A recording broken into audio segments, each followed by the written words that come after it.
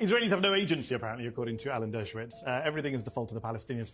So many falsehoods in there. There was no Palestinian state offered in 1967. That's when Israel began its illegal occupation of the West Bank and Gaza. And even if we buy this nonsense that Clinton and Barack offered... I didn't interrupt you when you were speaking. Can I say my point? You've said all your falsehoods. Now I'm going to debunk them. You said that Clinton and Barack offered a state. Not true. At Camp David, both sides turned down the deal. Shlomo Ben-Ami, who was the foreign minister, said, I wouldn't have taken that deal at Camp David, the Israeli foreign minister. Then Taba came along, and Taba fell apart because Barack went to the polls and lost the elections. Ehud Barak lost the elections. He was a lame duck prime minister. Sharon came in. So you can rewrite history all you want. No one believes that's the case. But even if you were telling the truth, which you're not, let's talk about today. Benjamin Netanyahu brags that he's blocked a two-state solution. The guy who you volunteered to be a lawyer for in front of the International Criminal Court, wanted war crime suspect, has openly bragged that I blocked a two-state solution. His words, I blocked a two-state solution. So you can rewrite history all you want. The present day is proof that you're talking nonsense. This Israeli government, this far-right government, has no interest in peace with the Palestinians, only interested in ethnic cleansing.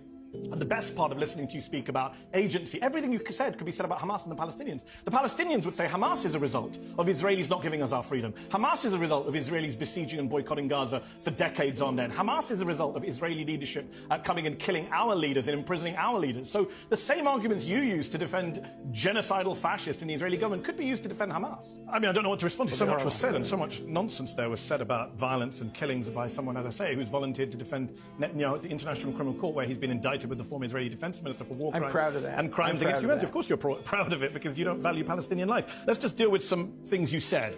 Number one, you talked about deals and negotiations. Gershon Baskin, who is the only Israeli negotiator to have ever successfully negotiated with Hamas, keeps saying, he said it just the other day, go check his Twitter feed, that he has communications from Hamas saying, we have offered the Israeli government a full ceasefire. We will leave government. We will not govern Gaza. We will return all the hostages in return for a permanent ceasefire. Israel doesn't want a permanent ceasefire because Smotrich and others want 60 days and then they go back to the killing when the hostage is released. He's offered a permanent end to the war. Israel doesn't want a permanent end to the war. That's what Baskin is saying. Secondly, you talk about killing of kids. I do. I would like that. You talk about killing of kids. I mean, the Israeli military does intentionally kill children. Deliberate.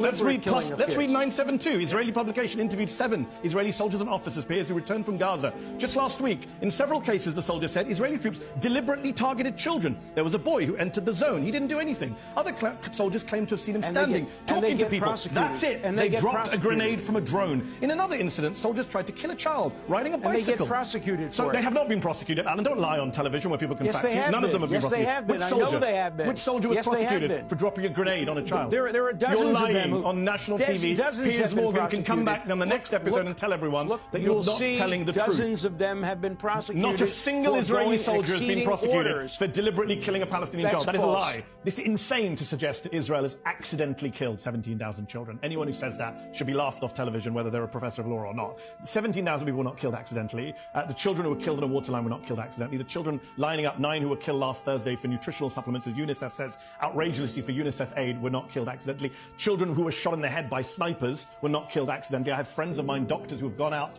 to Gaza and have come back and said, we saw kids were brought to hospital with sniper shots, bullets to the head, to the chest. Multiple American doctors have said that. Farouz Sidwa, Mark Perlmutter, Irfan Galaria. Go Google it. People don't believe me.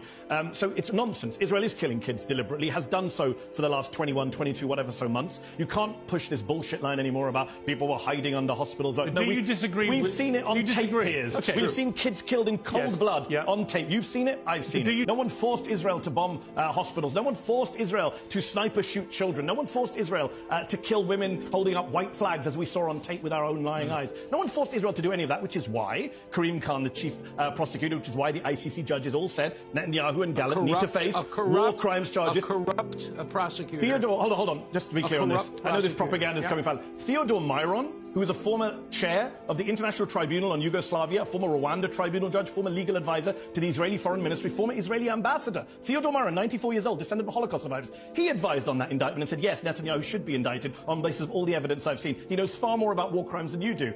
There is a Penn State poll that shows 82% of Israeli Jews say they support ethnic cleansing in Gaza. 47% of them said they support killing every man, woman and child in every city that's taken back from Gaza, a la the Bible punishments of the Old Testament. So Israeli society is super pro the war, super pro getting rid of Palestinians from Israel. So unfortunately, we can't lay all this at Netanyahu's door and just say, it's all the fault of Netanyahu. If we got rid of Netanyahu, things would be fine. Actually, the Israeli opposition is super genocidal. The Israeli parliament is trying to get rid of the only leading Palestinian member right now. The Israeli public is what percentage of Hamas are supported by the Palestinian people? Quite a lot right now, because they see them as resistance. I'm glad you read the whole... Hang on. So in other words, you see the same problem on the other side? I do see some problem. Let me make this point. Hold on, no, it's not, because you never let me finish the sentence. One side is the occupier. Responding to what you said. One side is the occupier, the other side is occupied. One side is the people fighting for their freedom, one side is the people denying them the freedom.